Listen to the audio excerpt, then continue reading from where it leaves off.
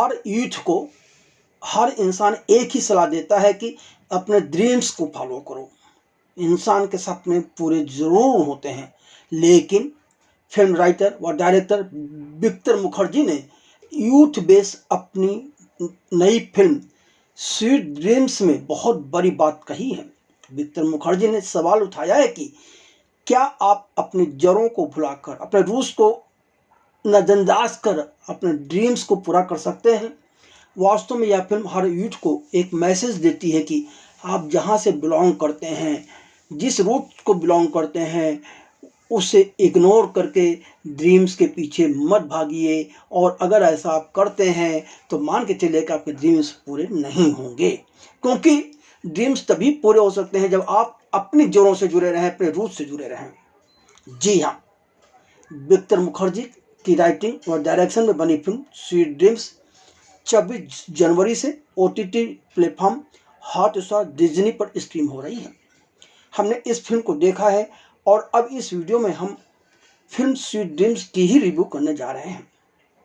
हम अपनी बात आगे करें, फिल्म की रिव्यू शुरू करें, उससे पहले हम चाहेंगे कि अगर आपने अभी तक फिल्मी संगम चैनल को सब्सक्राइब नहीं किया है तो सब्सक्राइब कर लीजिए, बेल बटन भी दबा दीजिए, जिससे जब भी हम नया वीडियो डालें आपको के पास वह तुरंत पहुंच जाए। और अगर यह वीडियो आपको पसंद आए तो इसे अपने दोस्तों के पास शेयर करना ना भूलें, इसे लाइक करना ना भेजें, और इसके वीडियो देखने के बाद कमेंट ज़रूर कीजिए। आपने अगर फिल्म स्वीट ड्रीम्स देखी है तो आप भी लिख कर बताएं कि आपको यह फिल्म कैसी लगी। 1 घंटे 49 मिनट की अवधि वाली फिल्म स्वीट ड्रीम्स की कहानी शुरू हो उससे पहले पर्दे पर J.R.R. टॉलकिन का कभी कहा हुआ एक वाक्य आता है।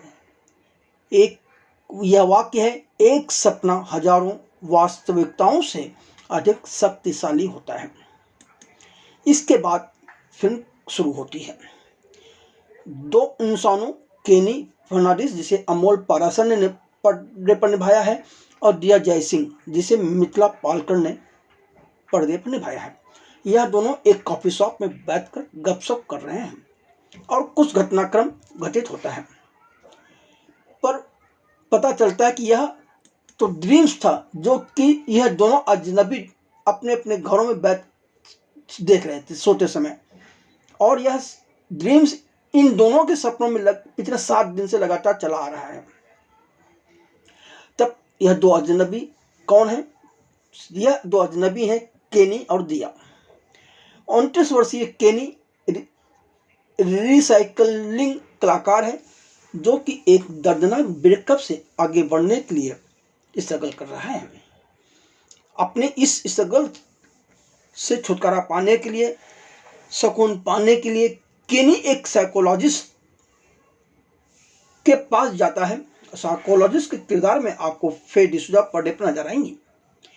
केनी तो केनी के 2 दोस्त भी हैं, जिनमें से एक उसका अपना बिजनेस पार्टनर है आकाश, जिसे सुखकरण वत्स ने निभाया है, और आकाश की प्रेमिका तथा सहकर्मी नुब्रा भी है जिसे ऐसा अदल खान ने निभाया है। यह दोनों ही केनी के अपने पसंदीदा लोग हैं। यह दोनों केनी को अपनी तरीके से सही सलाह देने का प्रयास करते हुए नजर आते हैं। तो वहीं टूटे हुए परिवार की 24 वर्षीय लड़की दिया राज सिंह अपनी सहेली तनुश्री दीक्षित जिसे मोहिनी सिंपी ने निभाया है से इस सपने के बारे में बात करती है। दिया एक महत्वाकांक्षी सिंगर व गीतकार है। उसका मंगेतर ईशान जिससे में मियांग चांग नजर आते हैं। फिर भी दिया अपने करियर और रिश्ते की अनिश्चितताओं को लेकर परेशान है। ईशान की मां के सामने करियर को लेकर दिया कबूल भी करती है, वह काम तो ढेर सारे कर रही है, पर पूरी तरह से जो कुछ कर रही है उसको लेकर वह कन्विंस नहीं है। तो वहीं एक बिंदु पर जाकर दिया यह भी स्वीकार करती है कि अब मुझे बड़ा होने की जरूरत है, मुझे मैच्योर होने की जरूरत है। यही नहीं, ईशान के माता पिता जब खुलासा करते हैं कि दिया से शादी के बाद ईशान कनाडा में स्थानांतरित होकर एक बड़ा होटल खोलना चाहता है, तो इससे दिया को थोड़ा झटका लगता है, क्योंकि इस बारे में ईशान ने उससे पहले चर्चा ही नहीं की, कुछ बताया ही नहीं था। तो उसको लगता है कि कहीं ना कहीं उसके साथ क्या नाइंसाफी हो रही है, या उसे कहीं अंधेरे में रखा जा रहा है। 24 वर्षीय की लड़की बहुत कुछ सोच सकती है। केनी अपने दोस्तों के साथ खुली जीप में बैठकर अलीबाग वीकेंड मनाने जाता है, जहां सड़क पर उसे बाइक पर ईशान के साथ पीछे बैठी दिया नजर आती है। वही दिया जो उसके सपने में आती है। केनी जिया जीप से उतरकर उस बाइक के पीछे कुछ दूर तक भागता है। उसे भागते हुए देखकर दिया भी पीछे मुड़कर थोड़ी देर उसको देखती है, लेकिन कुछ क्षणों में बाइक आंखों से ओझल हो जाती है। दिया भी केनी को देखकर आश्चर्यचकित होती है कि अरे यह वह लड़का तो वही है जो वह उसके सपने में आता है। पर जब तक वह ईशान से बाइक रोकने के लिए कहती, तब तक केनी उससे दूर हो चुका होता है। लेकिन अब उसके बाद कहीं ना कहीं केनी के मन में है कि उसे तलाशा जाए, तो दिया के मन में भी है, और दोनों अपने अपने तरीके से सोशल मीडिया की मदद लेकर तलाश शुरू कर देते हैं। तभी अलीबाग में केनी की मुलाकात रूप से होती है। रूप के किरदार में सौरा सेनी मैत्रा नजर आती हैं, जो कि एक ज्वेलरी ब्रांड में मार्केटिंग मैनेजर है, और वह सोशल मीडिया पर केनी को फॉलो भी करती हैं और केनी की प्रशंसक भी हैं। केनी रूप को अपने सपने व उस लड़की यानी कि दिया रासिन की तलाश करने के बारे में बताता है। वह यह भी बताता है कि वह उस लड़की के नाम वगैरह कुछ भी नहीं जानता, वह लड़की कहाँ है क्यों कुछ भी नहीं जानता, पर वह उसे तलाश करना चाहता है।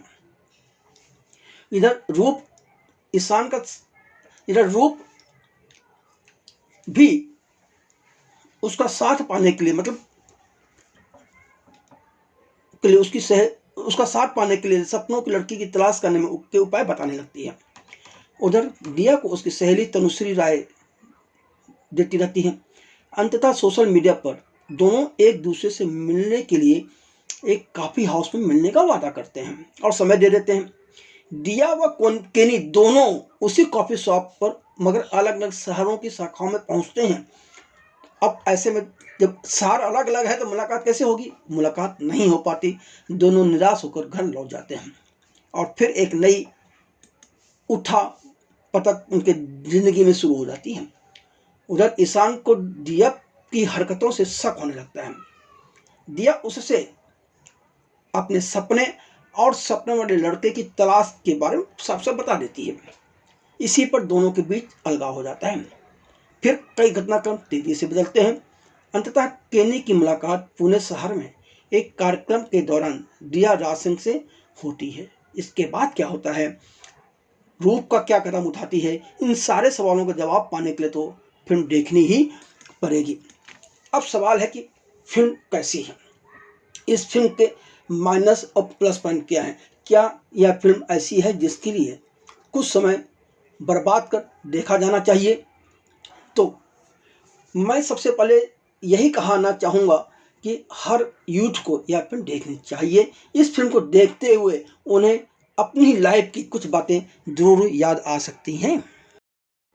दूसरी बात, प्रेम व यूथ ओरिएंटेड इस साफ सुथरी फिल्म में कहीं भी सेक्स का कोई तड़का नहीं लगाया गया है।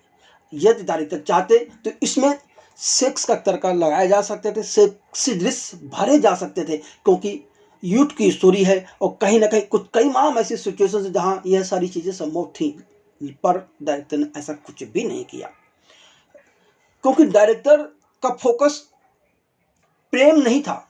डायरेक्टर का फोकस तो सिर्फ यूथ की जिंदगी में जो कुछ होता है, जो सपने हैं, उनको लेकर बात करनी थी।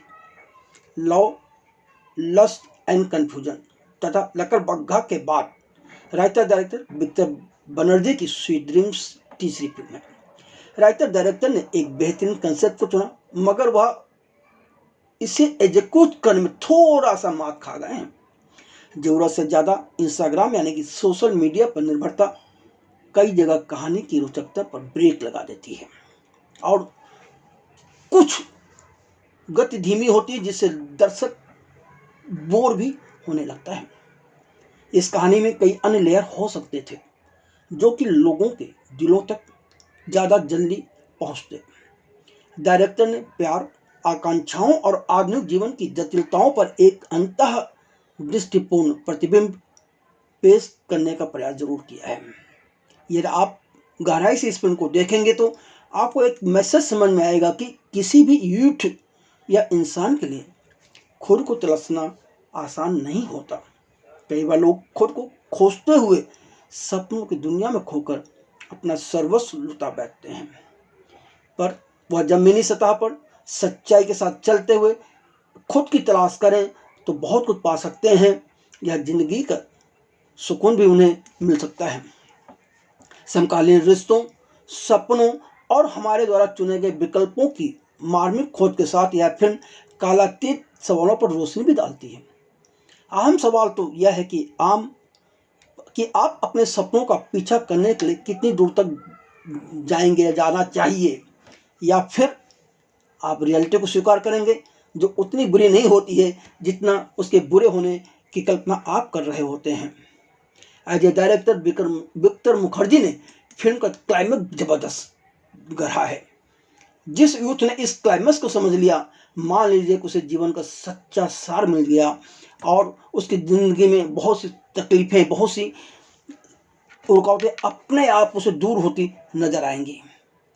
लेकिन डायरेक्टर दिया के मन की उलझनों को सही ढंग से पर्दे पर पेश नहीं कर पाए।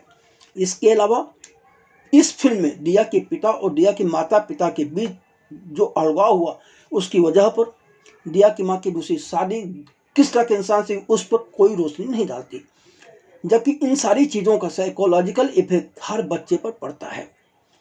फिल्म की खूबसूरती यह है कि यह कोई बासी और उबाऊ रोम कॉम वाली प्रेम कहानी नहीं है। कम से कम यह आम हीरो हीरोइन या विलेन वाली कहानी भी नहीं है। अब सवाल आता है कि इसमें ज़्यादातर नए कलाकार भी हैं और पुराने कलाकार भी हैं, कुछ स्थापित कलाकार भी हैं, तो इन सब का अभिनय कैसा रहा? भरोसेमंद नई पीढ़ी के युवक केनी फर्नांडिस के कैरेक्टर में अमोल पारसा छा जाते हैं। जिस संसार में सब कुछ बदलने वाला है, बदलाव परिवर्तन संसार का नियम है, उसी में मायावी निश्चितताओं का पीछा करती दिया राज के किरदार में मिथिला पालकर बहुत क्यूट नजर आती हैं, कई जगह बहुत सुंदर भी लगी हैं, तो वहीं उनकी अपनी प्रतिभा से लोग उनकी तरफ खींचे चले जाते हैं। रूप के किरदार में सौरा सैनी मैत्रा अपनी सहायक भूमिका को कुछ जरूरत से ज़्यादा ही अच्छा बना जाती हैं। कुछ दृश्यों में तो सौरा सैनी मैत्रा लोगों को यूथ के दिल के करीब पहुंच जाती हैं। दिया की दोस्त तनुश्री के किरदार में मोहिनी सिंपी अपनी अभिनय क्षमता की छाप छोड़ जाती हैं। अन्य कलाकारों ने भी अपना काम बेहतर तरीके से निभाया है। तो कुल मिलाकर हम तो यही कहेंगे, कम से कम एक बार हर यूथ को, बल्कि बड़े लोगों को भी यह फिल्म देख लेनी चाहिए।